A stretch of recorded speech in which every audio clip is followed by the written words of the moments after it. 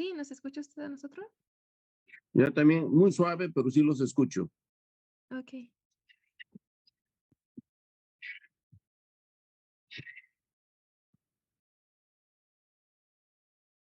Muy bien, ya tenemos 46 de 50 y tantos que deben ser. Vamos a comenzar de una vez, ¿no?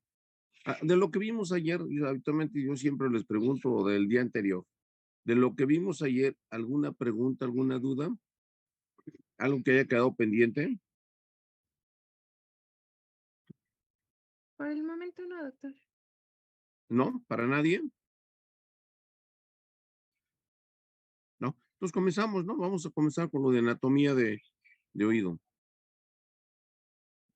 Sí, doctor.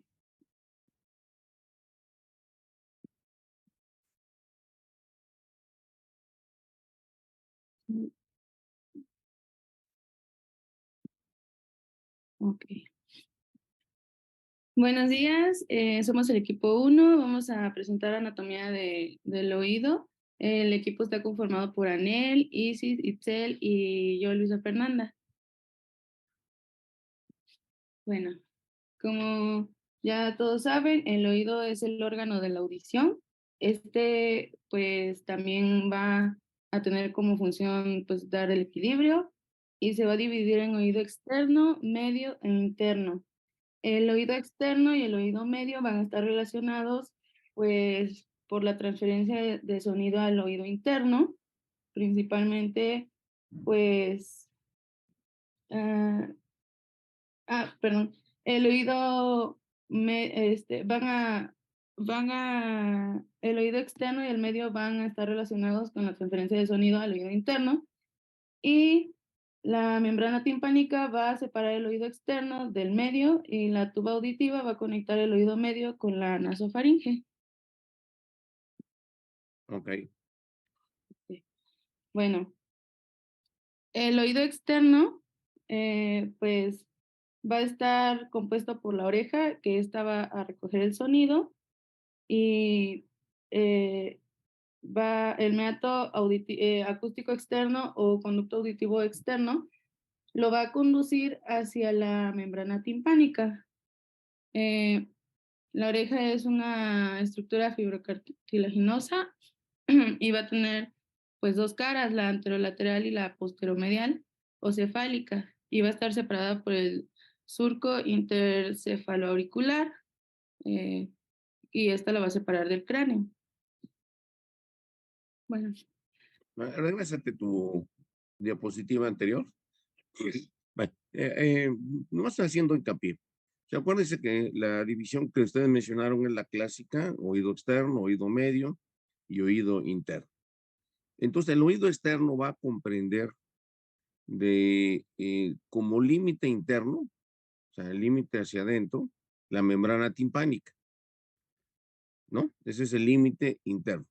Entonces, en el oído externo vamos a tener dos componentes eh, que se van a estudiar casi siempre por separado. Una, el conducto auditivo propiamente dicho y el pabellón auricular.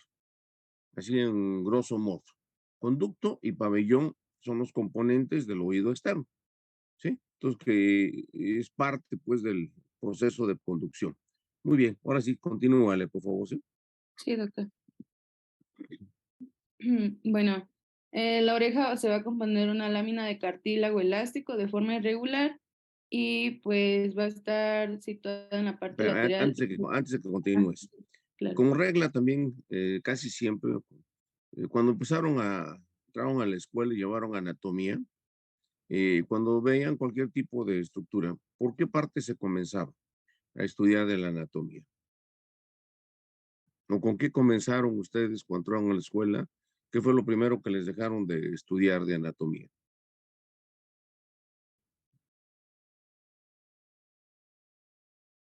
Todos, acuérdense que eso es pregunta en todos, ¿eh? O sea, ¿qué fue lo que Posiciones les... anatómicas. ¿Mandé? Los planos anatómicos. Bueno, sea los planos, orientarse, superior, inferior, interno, externo, o bien cefálico, caudal y lateral, o medial, ¿no? Que son los planos clásicos. Pero ya como anatomía propiamente dicho, ¿qué fue lo que les empezaron a dejar de estudiar? Generalidades. aparte de las generalidades. Eso ya entraría prácticamente en lo que serían los planos y todo lo de la anatomía. O sea, digamos, ¿con qué comenzaron?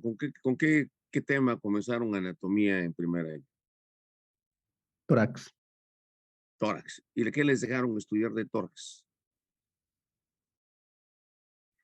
¿Qué fue lo primero que vieron de tórax? ¿Los huesos? Los huesos, ¿no? Entonces acuérdense que siempre comenzamos con, eso es, no tiene pierde, comenzamos con una cosa que se llama el esqueleto, ¿no? Que es lo que va a dar el soporte y el apoyo a todo lo que tenemos. Entonces aquí no puede ser la excepción. Entonces vamos a comenzar con lo que es el esqueleto de la oreja. ¿Qué cosas, cómo está formado el esqueleto de la oreja? Ahora sí, te regreso otra vez la batuta. Comiénzale.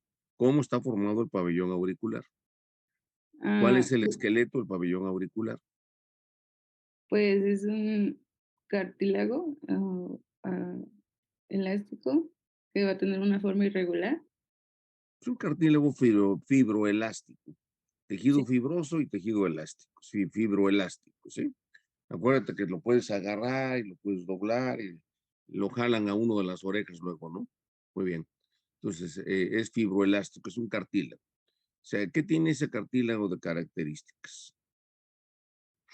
pues que va a tener pues una cara lateral y una medial, que va a estar situado en la parte, pues va a estar situado en la parte lateral inferior de la cabeza.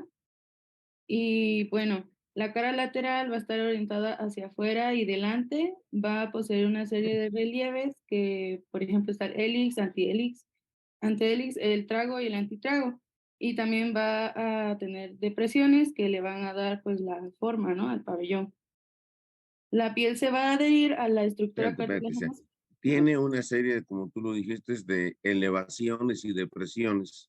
O sea, tiene una serie de estructuras de tres partes. El mismo cartílago, pues tiene una serie de elevaciones y depresiones que son, en la mayor parte de nosotros, son constantes, ¿no? Son constantes. Y lo que estás mencionando, ¿cuál es el meollo del asunto? Acuérdense que aquí tenemos ya que mezclar mucho de la anatomía con la cuestión práctica, ¿no? Entonces, las orejas, pabellones auriculares, como quieran decirle, o sea, es parte de la presentación de la persona, ¿no? O sea, tenemos distintos, desde que tienen unas orejas chiquititas hasta que tienen unas orejas grandototas, que son parientes de Dumbo, ¿no? O sea, tienen ahí todo, otros son pegaditas, otras son levantadas, o sea, son hermanitos de tontín, o sea, tienen todas las características, pero es parte obligada de la presentación física de la persona, ¿o no es así? Sí, doctor. Y hasta se ríe uno de las orejas de los demás. Acuérdense que el bullying ha existido toda la vida, ¿no? El bullying es parte del protocolo de nuestra vida, ¿no? Y el que no tenga capacidad para soportar el bullying, híjole, pues está perdido, ¿no? Porque toda la vida va a estar siendo, todos vamos sujetos a que nos den una carrilla de vez en cuando y tenemos que tener una capacidad de soportar y superar lo que se nos venga, en fin. Bueno, pero eso es, la oreja tiene elevaciones, depresiones, y algunas de esas elevaciones y depresiones son más marcadas en unas personas con otras, que va a ser lo que va a ser la característica de la persona, o sea, lo marca, lo pauta, ¿no? Eh, como decimos, las más importantes las tienes ahí marcadas, son el puntito chiquito este que es fundamental, o sea, tocamos aquí, donde tienes tu imagen que dice número 1, que es el Sí, trago, y enfrente del trago tenemos otro, que es el antitrago, o sea, que está uno enfrente del otro. Y esos dos puntitos son de referencia muy importantes, sobre todo el trago, es un puntito de referencia para nosotros. Voy a repetir, aquí ya hablamos de la parte práctica. Si ustedes tocan su trago y se desplazan su dedo hacia adelante, háganlo. ¿Ya lo hicieron? sí, doctor. Ya. Ahora abran y cierren la boca. ¿Ya sintieron? Sí, O sea, ahí es donde toca uno la articulación temporomandibular, ¿no? O es el sitio donde va uno a palpar la articulación temporomandibular, que la vamos a tocar y con bastante importancia. Entonces, los puntos de referencia anatómicos siempre tienen esa característica. La otra cosa que es constante es el hélix. O sea, acuérdense, el hélix es el reborde que nos va a dar la periferia de la oreja y se pierde, esa parte cartilaginosa se pierde al llegar a la parte final, que es el trago. O sea, digo, perdón, que es el óvulo de la oreja. Entonces, el óvulo de la oreja es una parte que no tiene cartílago. Es donde habitualmente antes se colocaban, fundamentalmente las muchachas se colocaban o las niñas y mujeres se colocaban sus aretes, ¿no? Ahora ya esa característica ocupan toda la oreja, ¿no? Completa, ¿no? Ya Mm. hasta les queda chiquita la oreja para ponernos todos los adornos que queremos ponernos, ¿no? Entonces, el hélix y luego adelantito del antihélix tenemos un surco, o sea, es un surco, es una depresión y adelante de esa depresión tenemos la otra que es el antihélix. ¿Sí se va siguiendo? Sí, doctor. Y en la parte superior del antihélix se bifurca, se abre, se hace una horquetita, se hace una bifurcación. ¿Ya la tocaron? Bueno, Ujú. entonces, ese es, y luego adelantito del antihélix vamos a tener la depresión más importante, que es lo que se llama la concha.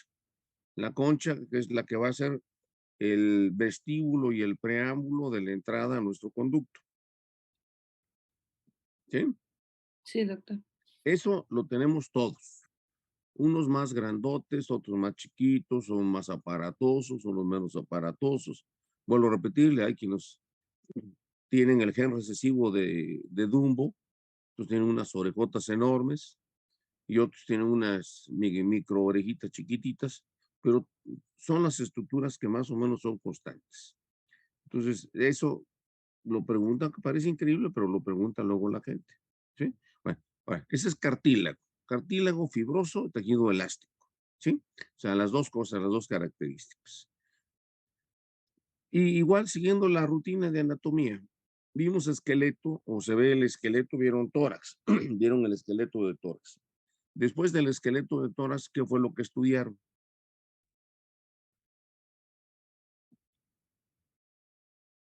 Músculos. Músculos. Vienen las capas musculares. Igual, mismo protocolo. ¿Vas a hablar algo de músculos de la oreja o no? Sí, doctor, ¿pongo la Perfecto. diapositiva? Sí, muy bien. No, no, ya te dejo, ya nomás era. Acuérdense, antes que se me olvide, habitualmente ya por la práctica o por la cuestión de que hemos con los grupos anteriores, es lo que luego a veces nos dicen, ¿no? Que uno intervenga, aclarar, ver, ir buscándole la forma de dar un poquito más de explicación. O sea, obviamente ustedes se exponen y nosotros nos vamos metiendo como aclaración. Y sobre todo también acuérdense lo que ayer les decía yo. Si hay dudas, pregunten, por favor, ¿sí? ¿Ya estamos? Sí, doctor, gracias. Muy bien. Ahora sí, te regreso a la batuta, síguele. Vamos bien. Sí, bueno, ya que ya lo mencionó el doctor, va a ser pues va a tener este cartílago y la única parte que no va a poseer este cartílago, pues va a ser el óvulo, que está aquí pues con el número 6, ¿no? Ándale. Ok. También, como les había mencionado, tiene una cara medial y en su tercio anterior va a estar adherido a la entrada del conducto auditivo externo y los 2 tercios posteriores van a estar libres. Va a reproducir en sentido inverso las prominencias y las depresiones pues, de la cara anterior. Y ¿Sí? la piel es mucho menos, se adhiere pues menos en esta parte de la pared cartilaginosa y va a formar el surco retroauricular, que pues bueno, de un repliegue de piel hasta la zona mastoidea. Muy bien. El pabellón va a estar constituido por la piel que pues lo va a recubrir y por un armazón cartilaginoso, también va a tener ligamentos y músculos. Muy bien. El armazón cartilaginoso, pues, va a determinar la conformación externa del pabellón. Es delgado, flexible y elástico. Tiene fibras de colágeno y fibras elásticas. Y la, la espina del hélix va a servir como una fijación de algunos músculos y ligamentos del pabellón. El cartílago el cartílago del conducto está unido al pabellón por el istmo y pues va a tener una zona estrecha de unión entre el trago y el antitrago. Bueno, aquí ya tengo los ligamentos y los músculos que conforman pues la oreja y va a tener ligamentos extrínsecos y estos van a unir el pabellón al hueso temporal. Y pues aquí está el auricular anterior que va de la oreja a la apófisis cigomática, el superior que va pues de la escama del temporal a la oreja y el posterior que pues, está conformado por la apófisis mastoides a la oreja. Bien. Y los músculos, que pues bueno, es prácticamente se divide igual que los ligamentos Ujú. en extrínsecos que van a formar parte de los músculos cutáneos de la cara y van a ser el auricular anterior. En la imagen está representado por el número 3, Sí. el músculo auricular superior, que va a estar aquí en esta imagen representado por El el 1. número 1, el músculo auricular posterior, que en la imagen va a estar representado con el número 4. Bien. Y también hay músculos intrínsecos, que son 6. El músculo mayor del hélix, que es el número 7. El músculo menor del hélix, que es el número 6. En la imagen, el músculo del antitrago, que en la imagen es el número 5. El músculo transverso, que es el número 11. El músculo del trago, que es el número 8. Y el músculo oblicuo, que pues, en la imagen está representado con el número 10. Muy bien. Eh, Bueno, Pero en la... pero antes que Sí, mencionaste una cosa importante. El cartílago del pabellón y la porción externa del conducto auditivo externo es cartílago y es sí. una sola estructura. O sea, hay una continuidad completa entre lo que es el pabellón y la porción, así leemos, la porción cartilaginosa del conducto auditivo externo. Son la misma estructura. O sea, no hay separación anatómica. Muy bien, síguele. Ah, sí.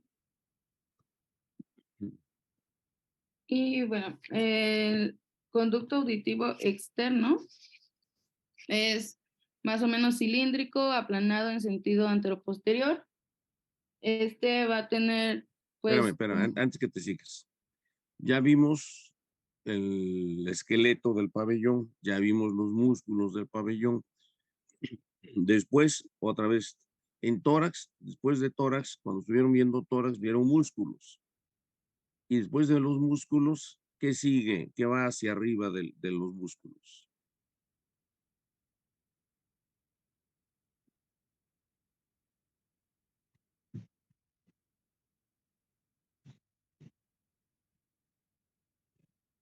Es para todos, acuérdense que cuando hacemos preguntas son todos, no es nada más.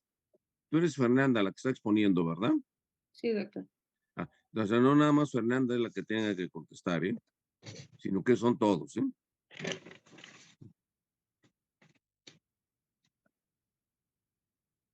La piel, ¿no? Pues acuérdense que después de músculos viene una capa de tejido celular, o sea, subcutáneo, o sea, viene una capa de grasa, que es por donde discurren habitualmente toda la cuestión circulatoria, el drenaje venoso, la llegada de la sangre arterial, o sea, grasita y ductos linfáticos, y encima de eso viene la piel, pero se considera toda una capa completa.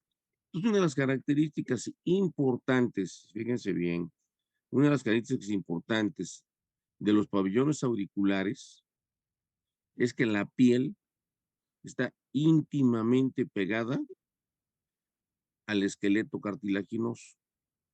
Tóquense su orejita por delante y traten de agarrar la piel y desplazarla. Háganlo. ¿Ya lo hicieron? Sí, doctor.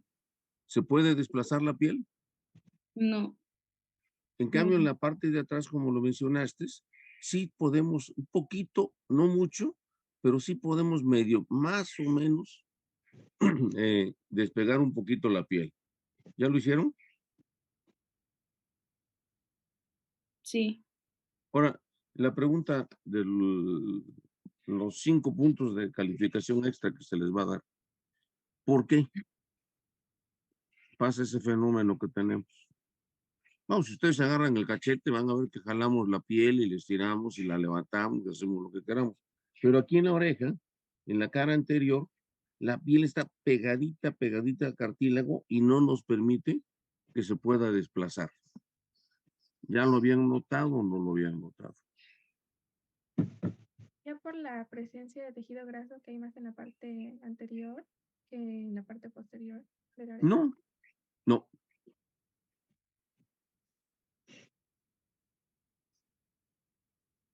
Aquí en la piel de la oreja y en otras partes que vamos a tocar de esto, la capa de tejido celular subcutáneo es muy delgada, entonces por eso prácticamente la piel está adherida a la porción cartilaginosa, ¿sí? Pero ¿cuál es el motivo? ¿Cuál es la causa? Acuérdense que todo lo que tenemos en anatomía tiene un motivo y una razón de existir, ¿sí? Acuérdense que somos el producto de la evolución de miles de años de evolución del humano hasta que llegamos a donde estamos, ¿no? Entonces, ¿por qué tenemos la piel de la oreja pegadita al cartílago?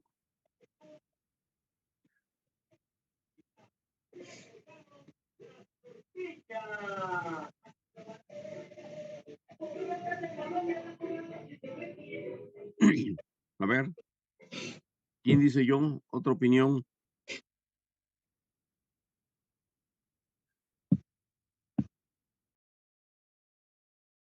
Una preguntota. Ustedes llevaron histología, ¿no? Sí, Bueno, muy bien. Ahora, la pregunta. ¿Cómo se nutre el cartílago?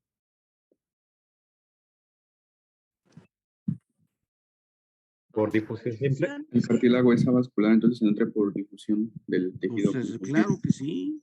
Acuérdense, todas las estructuras cartilaginosas que tenemos en nuestro cuerpo, los cartílagos son avasculares, no tienen irrigación propia. Entonces, se nutren por difusión. Entonces, aquí en la oreja se requiere que haya una capa muy delgada de tejido celular subcutánea para que la circulación esté prácticamente entre piel y cartílago y directamente se pueda nutrir el cartílago y lo tengamos vivo al cartílago a través de ese proceso. Entonces necesitamos una capa de piel muy delgada con un tejido celular muy delgado para que ese cartílago se esté nutriendo, ¿sí? Que es la forma en que se puede mantener. Entonces, esa es la causa por la cual se adhiere prácticamente la piel a los contornos cartilaginosos y contornea todos los contornos cartilaginosos. Pero también eso se vuelve un problema ya en la parte práctica, en el aspecto clínico, porque si se lesiona la piel del pabellón auricular, una de las grandes complicaciones que vamos a tocar después que tenemos es que se afecta la nutrición del cartílago. O sea, si se afecta la piel, se afecta la nutrición del cartílago. ¿Sí está entendible? sí, doctor. Y eso nos genera bastantes alteraciones de tipo estético en la persona cuando eso sucede. Ahorita acuérdense que, le digo adelantando mucho, pero acuérdense que están como les decía ahorita, ahorita ya todo muy bajo. Acuérdense que ya es parejo hombres y mujeres que se cuelguen cosas de las orejas. O sea, ya no hay esa que antes era de exclusiva de las mujeres el colocarse sus aretes. Ahora ya hay más hombres que mujeres a veces con los aretes. Pero aparte de eso, ¿cuántas cosas más se cuelgan en la oreja? Todo, ¿no? ¿Sí? Y se taladran o se perforan y se colocan los piercings al por mayor. Entonces, cuando se han abusado o cuando se ha abusado de esa colocación de los piercings, se lastima la piel y abajo de la piel están los cartílagos. Entonces, tenemos alteraciones ya de tipo estético, que habitualmente se generan de tipo estético, secundario a la lesión de piel. Ahora, no se digan accidentes o golpes, ¿no? O sea, es donde vemos todas las deformaciones que pueden ocurrir por la oreja porque se dañó la piel, fíjense bien, ¿sí? Se daña la piel y se daña lo que está debajo de la piel. Muy bien, Entonces, esto sí es importante porque vuelvo a repetirles, es para que tener cuidado y cuidar un poquito las orejas, ¿no? Muy bien, síguele. Sí, doctor. Ok, bueno, ya hablando como tal del canal auditivo pues externo, es es un conducto más o menos cilíndrico, aplanado en sentido anteroposterior. Va a tener como límite medial pues la membrana timpánica o el tímpano, y en su parte lateral pues se va a abrir al aire libre. Tiene una parte lateral que es como en esta parte, una porción cartilaginosa que, como dice el doctor, es pues el mismo cartílago de la oreja. Ujú, Y en la parte medial, pues una porción ósea. Va a medir alrededor de 25 milímetros por 5 o 9 milímetros. Va a tener una dirección ligeramente oblicua y va a formar un ángulo más o menos de 80 grados y en eje sagital del hueso temporal. Y pues tiene una forma pues de S itálica. bien. O sea, no es recto, es No, curvadito. sí. Y bueno, ya hablando como tal del cartílago del conducto, esta es una prolongación del cartílago del pabellón, va a poseer una forma de surco y va a comenzar en la parte anterior del antitrago por el istmo del cartílago auricular. ¿Sí? Es cóncavo hacia atrás y pues va a tener también una porción fibrosa que va a rellenar las paredes posterior y superior del conducto entre la pared posterior y anterior cartilaginosa. El revestimiento, perdón, es pues de la piel del conducto. Esta se va a caracterizar por no tener hipodermis. Sí. Y pues la epidermis va a tener, pues es un epitelio estratificado queratinizante y va a tener melanocitos, células de Langerhans y células de Merkel. Bien. En su porción ósea va a estar formada por el hueso, ya en esta parte, el hueso timpanal en la parte anteroinferior y por la escama del hueso temporal. Ajá. Ujú, Y pues en su parte superior y posterior. En su orificio interno, este va a estar obturado por la membrana timpánica. La membrana timpánica, pues no o tiene sea, muy ningún bien. eh, hoyito ni nada de eso. Y pues en la unión entre el borde superior y posterior va a existir una cresta que se va a llamar espina de Henle. Este hueso va a estar recubierto por una pared perióstica que se adhiere a la piel y va a medir aproximadamente 0.2 milímetros. Muy bien. Y bueno, ya pues en la inervación y vascularización del oído externo, perdón. No, regrésate a tu Ah, conducto. sí. Ay, ¿qué es lo que te faltó ahorita ahí qué es lo que tú le notas a alguien cuando eh, te acercas y ustedes ya han visto clínica, ya han hecho exploración? Entonces, cuando ellos se acercan y le ven el conducto a alguien, ¿qué le notan? Ah, pues se refiere al cerumen y todo eso. Aparte, Mm, aparte del cerumen,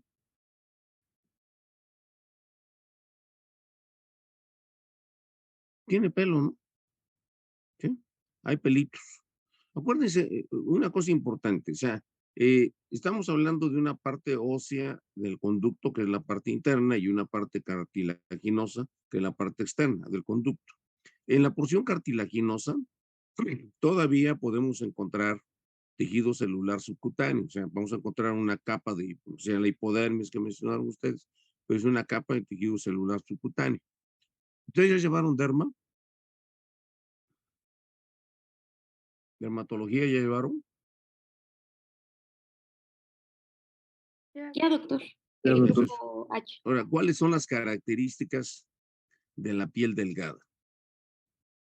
¿Se acuerdan que hay dos tipos de piel, no? Piel gruesa y piel delgada. ¿Cuál es la característica de la piel delgada? O las características de la piel delgada. Pues la piel delgada carece del estrato lúcido y además de anexos. ¿La piel qué? Delgada. No. Digo la gruesa, perdón. Y la Ándale, delgada, al contrario. estás ligeramente pervertida, como dirían otros, Sí. ¿no? Sí, no, ¿se acuérdate? Sí, exactamente, la piel gruesa no tiene anexos. La piel delgada sí tiene anexos. ¿Cuáles son los anexos habituales? Son el más notorio de todos los anexos que tenemos en la piel delgada. Vellosidad. El pelo, ¿sí? El folículo. Tenemos vellosidad. Entonces, en la porción cartilaginosa del conducto, donde todavía tenemos una capa de tejido celular subcutáneo, o sea, o de hipodermis, es donde vamos a encontrar los anexos. Y los anexos son fundamentales ahí porque una son los vellos. Y la piel, a medida que se va metiendo al conducto, va perdiendo la capa celular subcutánea. Y cuando ya llega a la porción ósea, si pones tu cursor ahí en la porción ósea, ándale, ya cuando llega la piel a la porción ósea, ya no tiene capa celular subcutánea, no tiene hipodermis. Es puro epitelio plano estratificado con queratina, lo que va a recubrir la porción ósea. Entonces ahí ya es en esa parte del conducto, ya no vamos a encontrar los anexos, ¿sí? La piel se prolonga por todo el conducto y recubre la cara externa de la membrana timpánica, o sea, se refleja y le da la vuelta y va por la otra pared. O sea, todo el contorno del conducto auditivo interno en su porción interna es pura epidermis. ¿Sí estamos? Sí, doctor. No tiene anexos, no tiene glándulas. Ahora, lo importante de la porción cartilaginosa que sí tiene anexos, aparte de pelo, o sea, encontramos las glándulas que van a darle característica a ese pedazo que mencionaste. ¿Cuáles? ¿Qué glándulas encontramos que son las que nos dan la característica del oído, del conducto? Las sebáceas y las apócrinas. Las glándulas sebáceas, o sea, ponle un nombrecito más corto, las glándulas eruminosas. O sea, aparte de todo, hay glándulas sudoríparas, apócrifas, como quieras, pero al final de cuentas, lo que nos interesa es que en esa parte del conducto es donde vamos a encontrar la producción de cerilla. Ujú. ¿Sí? Sí. Y eso es importantísimo porque, acuérdense, lo vamos a tocar nosotros ahorita, ¿sí? Bueno, lo que es la parte que nos toca con nosotros. La cerilla es un componente normal, natural, de producción de la parte externa del conducto auditivo externo. O sea, vamos a producir ese tipo de grasa que es la cerilla, la que es la cera, que no se ocurre en ningún otro lado. ¿Sí estamos? Sí, doctor. Y es la parte de la piel delgada, acuérdense. A diferencia, la parte ya interna, que es pura epidermis, no tiene tejido celular subcutáneo, entonces carece de todos los anexos. Entonces, los anexos los vamos a encontrar en la porción externa cartilaginosa, ¿sí? Sí. Y acuérdense que ya siempre, ¿no? La célula, la piel gruesa, ya quedamos que carece de anexos en ese sentido, ¿sí? Muy bien. Pero aquí es importantísimo recalcar y remontar porque la cerilla es la producción normal que vamos a tener en el conducto auditivo externo. O sea, es parte de las estructuras anatómicas normales y la producción de cerumen es lo normal que debemos de tener y vamos a tener que aprender que se tienen que cuidar.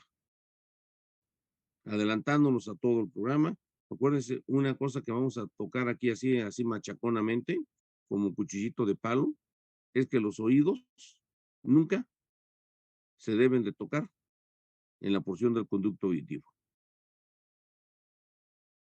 Y que la cerilla es fundamental para que funcionen nuestros oídos en forma sana.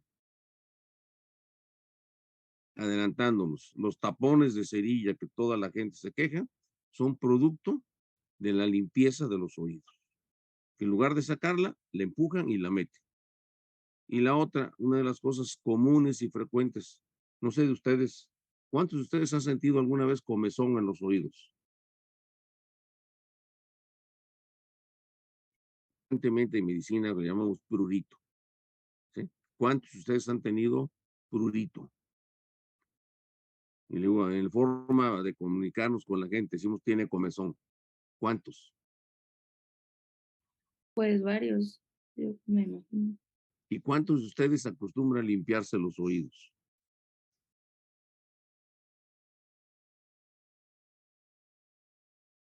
No, con confianza, acuérdense que estamos hablando que esto es lo que, le vuelvo a repetir, esto es lo normal y lo populachero que tiene esta materia, porque es lo que pregunta la gente. Casi todos, ¿no? Casi todo el mundo crece con la idea de que tenemos que limpiarnos los oídos y nosotros nos tenemos que encargar de quitarles esa bendita costumbre de estar tocándose las orejas. ¿Sí? ¿Sí estamos? Entonces, la característica fundamental que tenemos, ya resumiendo, conducto auditivo externo, dos partes, una parte ósea, una parte cartilaginosa. La parte cartilaginosa que tiene tejido celular cutáneo, es donde vamos a encontrar los anexos de la piel, que son los importantes, que son los vellitos por un lado, y fundamentalmente, independientemente de las otras células, las otras glándulas que tenemos, las que más nos interesan desde el punto de vista clínico práctico es la presencia de las glándulas cereminosas productoras de la cerilla del cerumen.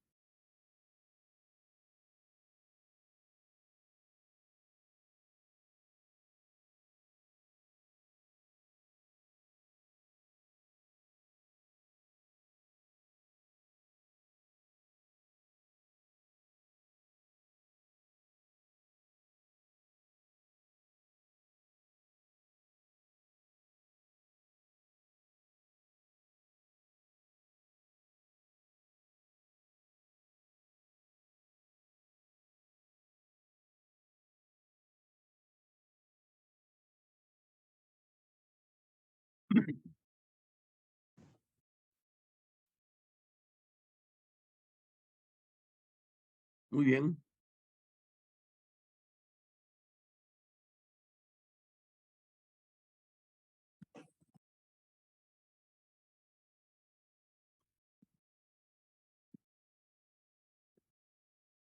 Ok, bueno, Muy bien. ya Vale. Muy bien, ahora sí. la parte ósea. Y ahora vamos a pasar con la inervación y vascularización del oído externo.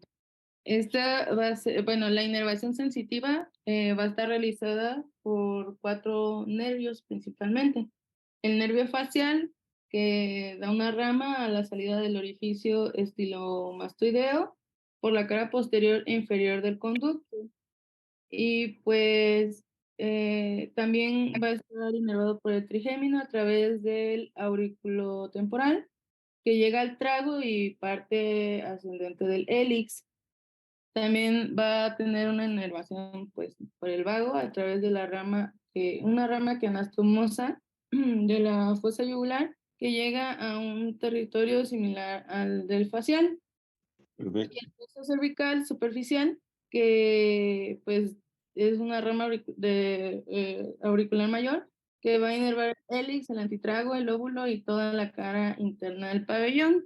Y en este esquema, pues está pues una oreja donde... Una distribución de la oreja. Ajá, el color Muy bien. de donde llegan los nervios. Perfecto. La inervación motriz va a estar dada por la rama auricular posterior del facial. Las arterias van a llegar 2 ramas de la carótida externa, que es la arteria articular auricular anterior, y da 3 ramas para la zona anterior del pabellón, y la arteria auricular posterior, que va a llegar a la zona posterior. Bien. Las venas, pues este mecanismo es el drenaje que se hace por delante a través de la vena temporal superficial y por detrás por la vena auricular posterior y la occipital superficial. Y por último, pues los linfáticos que se van a encontrar en 3 grupos. El anterior, que va a desembocar en los ganglios preauriculares, el grupo inferior, que se van a situar subauricularmente, y en el borde anterior del esternocleidomastoideo intraparotídeos. Y el Ándale. grupo posterior que se sitúa en la cara externa de la mastoides. Muy bien. Y pues... Pero Ya mencionaste bien, muy bien todo. Entonces, acuérdate que otra vez que estamos, la inervación de la oreja no depende de un solo nervio, sino como vieron ustedes, es varios nervios, o sea, fundamentalmente son el trigémino y el facial, que son los que más cobren. Acuérdense que el nervio facial fundamentalmente es un nervio motor, pero que tiene una parte sensitiva, y esa parte sensitiva, una parte le toca a la oreja. El nervio sensitivo por excelencia de la cara es el trigémino, entonces nos va a tocar una parte allá. La parte motora de la oreja, o sea, cuando ahorita que mencionaste los músculos, pusiste una notita ahí en tu diapositiva que muchos son vestigiales. Entonces acuérdense que nosotros ya las orejas poco la utilizamos desde el punto de vista como, yo en la clase casi siempre le digo que me refiero mucho a comparación con los animales, y uno de los animales que creo que todo el mundo conocemos son los perritos, casi los tenemos casi la mayor parte en casa, pero ustedes se fijan, los perros tienen la capacidad de mover sus orejas, a diferencia de nosotros los humanos, que ya prácticamente ese tipo de función ya lo perdimos. O sea, nuestra movilidad auricular es excepcional. De repente sale uno que otro fenómeno entre nosotros, que sí logra mover los pabellones auriculares, ¿no? Y está, es motivo de presunción cuando lo logra hacer, ¿no? Pero la inmensa mayoría de todos nosotros ya no podemos mover las orejas, pero tenemos músculos, como lo mencionaste, que sí, vamos, tan existen, que sí los tenemos, pero que ya son vestigiales. ¿Por qué? Porque ya no dependemos, por ejemplo, de los animales, el sentido de orientar las orejas es un motivo de supervivencia. Y entonces nosotros ya prácticamente no dependemos de eso. Entonces por eso nuestros nervios músculos se fueron atrofiando con el tiempo. Y la otra cosa que es clave, ¿no? Que es fundamental, eh, otra vez, les aseguro que más de uno de ustedes ha visto o ha escuchado familiares que se quejan que cuando hay un problema infeccioso en oído, ¿cuál es la característica más importante que tiene esa persona? ¿O qué es lo que más le molesta a esa persona?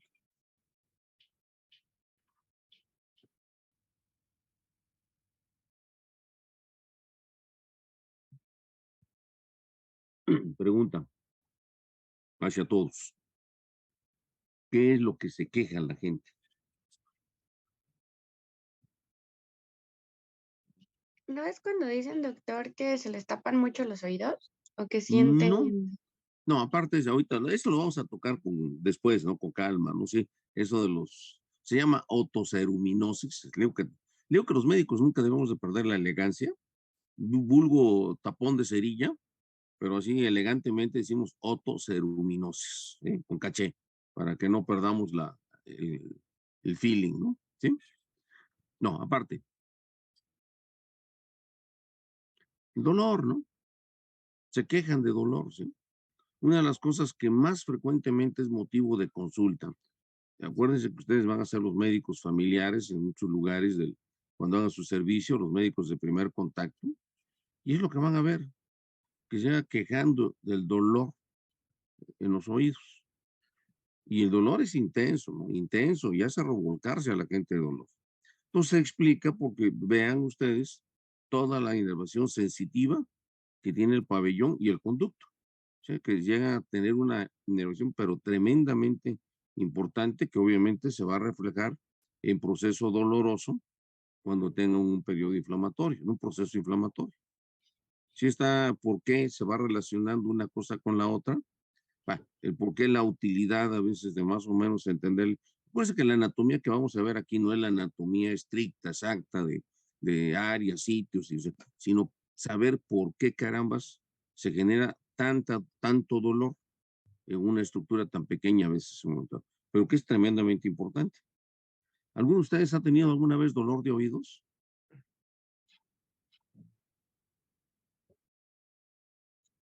Yo creo que sobre todo con los cambios de altura, ¿no? ¿Mm? Yo creo que la mayoría y sobre todo con los cambios de altura al viajar. Vamos a tocarlo, vamos a tocar todo ese tipo de problemitas, ¿sí? Que son, vuelvo a repetir que es de lo común, lo habitual que nos llega a ocurrir a todos, ¿no? Que es lo que tocamos en este tipo de situaciones. Muy bien. Bueno, entonces vamos a pararle aquí hasta hoy. Hoy aquí vamos a dejarle por aquí para no enfadarnos, no aburrirnos y dejar algo para mañana. Ahora, pregunta para todos. ¿Estamos bien así como vamos, interrumpiendo, metiéndonos, buscando aclarar?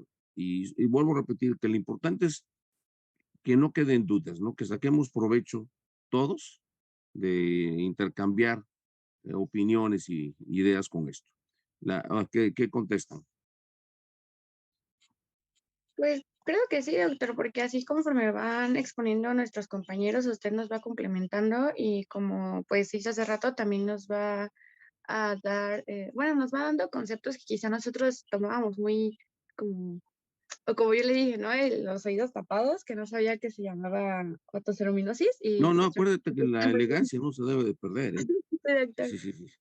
Sí, sí, acuérdense que hasta cuando no sabemos una cosa y no tenemos motivo y causa, ¿cómo le llamamos a algo que no conocemos su origen y su causa? Idiopático. Idiopático. Ándale, sí. Y así le decimos al paciente, tiene usted algo idiopático, ¿no?